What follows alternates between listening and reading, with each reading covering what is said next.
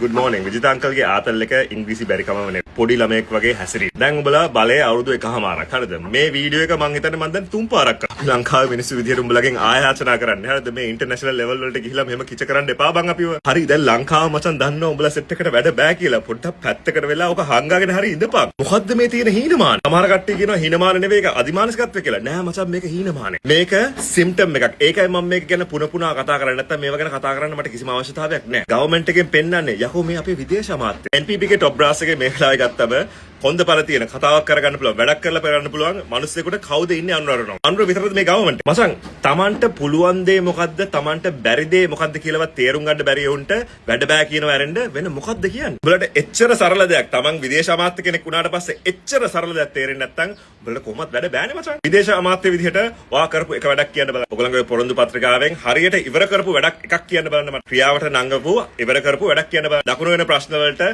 මාසෙකට සැරයක් මොකක් කරාවිල්ලා පිළියමක් දෙනවා කියලා උඩ දාලා සංදර්ශන කළා ආපහු නෑ කතාවක් නෑ හාවක් කුවක් නෑ අපේ ටූරිසම් හදනවා කිව්වා ඒවට ටූරිසම් නම්බර්ස් බහලා තියෙනවා ඒ වගේ හම්බෙන සල්ලි බහලා තියෙනවා ඒ ගැනත් බොරු කිය ටූරිස්ට් නම්බර්ස්ලා වැඩි කියලා බෑක්පැකර්ස්ලා වැඩි වුණාට පස්සේ මේ ඵලයන් බා යන්න මෙතන ඉන්න මෝඩ් ඩෝබින්ට මං කියන්නේ මෙතන මචං මේ අපි කෑ ගහන්නේ මූට ඉංග්‍රීසි බැරි වුණ හේතු හින්දා නෙවෙයි ඉංග්‍රීසි බැරි මිනිස්සු ගොඩාක් ඉන්නවා අනුරට බයින්නවද කියපන් කොන්ද පණ ඇතුව ඌ ගිහිල්ලා සිංහලෙන් කතා කරන පෙරේදාර දුන්න ස්පීච් එක කොච්චර හිතලා මතලා රාජ්‍ය නායකයෙක්ගේ දෙන්න ඕන විදිහේ ස්පීච් එකක් ලෝකෙම බලාගෙන ඉද්දි අපිට ඇත්තටම නිකන් පොඩි ප්‍රවුඩ් එකක් හරියනවා මචං මම හැමදාම කිව්වා වගේ අනුරත් පස්සේ කිව්වා ගොඩාක් බොරු කියලා බලයට ආවේ හැබැයි අඩුම ගානේ පොර දන්නවා Tamanට පුළුවන් මොකද්ද Tamanට බැරි මොකද්ද කියලා. මුන්ට වෙලා තියෙන්නේ මුන්ට එකෙකුටවත් වැඩ බෑ. Taman ගත්ත වැඩේ බෑ. කඩවල වලින් ඩිග්‍රීස් ගත්ත පල්ලෙට උඹලට එක්ස්පීරියන්ස් එන්නේ නෑනේ මචං. මේවා කියන්නේ කුහක කමට නෙවෙයි අපිට ලැජ්ජයි රටක් විදියට. උඹලෙන් පුන අපි ආයාසනා කරන්නේ ට්‍රාන්ස්ලේටර් කෙනෙක් ගෙනිපන් කියලා අපිට මේ කමාරුට නෙවෙයි. මෙහෙම විජිත හරිද? මේක අහන්න.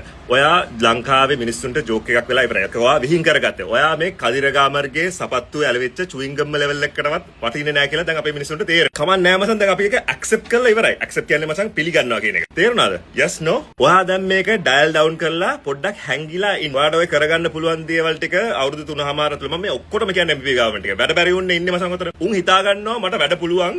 මට මේක මේ කරගන්න පෙන්න ගන්න විදියක් නැහැ. බුවා එතන කොච්චර නර්වස්ද කියලා බලන් හිටියාම මසන් අපිට නර්වස් වෙනවා. අපිට ඇන්සයිටි එනවා. එතන තියෙන ඉන්ටර්නැෂනල් ජියෝපොලිටික්ස් කොන්ටෙක්ස්ට් එක තේරෙන්නේ නැතික වෙනම කතාවක්. එක දෙයක් මතක තියාගෙන ඇවිල්ලා ඒකම රිපීට් කර ඉන්නවා කියන්නේ මසන් උඹට රාජ්‍යතාන්ත්‍රය කරන්න හැකියාවක් නැහැ. විශේෂයෙන්ම භූගෝල මට්ටමින් නම් උඹට කරන්න බෑ. දැන් විදේශ අමාත්‍ය විදිහට ඔයා පරණ කරපු කතාවක් තියෙනවානේ සිංහලෙන් කරපු කතාවක් තියෙනවානේ ඒවත් මසන් දැන් එලිට එනවා කොච්චර ගොන්ද බලන්නකෝ ඇත්තටම මේක දැන් මේ ආයාචනයක් නෙවෙයි මේක ඩිමාන්ඩ් එක ඇතුලේ ඉන්න JVP කබ්බොන්ට මම මේ කියන්නේ හරිද උඹලගේ ඇතුලේ උඹලා තීරණයක් ගන්න ඕනේ මේ වගේ මිනිස්සුත් එක්ක ට්‍රාන්ස්ලේටර්ස් ලව යවන එක අනිවාර්ය කරන්න රාජතාන්ත්‍රික දේවල් කරද්දී එතන ටෙක්නිකල් නිවැරදි විසඳුම් තියෙනවා නිවැරදි උත්තර තියෙනවා ඒ උත්තරේ লীලා දීලා පාඩම් කරවලා තමයි බුවාව යවලා තියෙන්නේ එතනින් එහාට ප්‍රශ්නයක් අහුවට පස්සේ බුවා හිර වෙනවා කොච්චර අන්කම්ෆර්ටබල් දෙයක් යකෝ මුළු සභාවම උඹට hina වෙනවා මට පාල්කියෝ පෙන්වන්න බෑ හැබැයි සාමාන්‍යයෙන් පාල්කි හොන්දට ලෑස්ති වෙලා ඉන්න මේ වගේ සැර කන්වර්සේෂන් එක අර නුවන්සස් කියන මේ වචන මසන් උඹලට තේරෙන්නේ නැහැ සෝරි මම මේ නැගිට්ටා විතරත් ඒක බොනගා බරපතල කාරණාවල සියුම් දේවල් තියෙනවානේ මසන් ඒ සියුම් දේවල් නොතේරෙන මිනිස්සෙක්ව මේ වගේ තැන් වලට යවන එක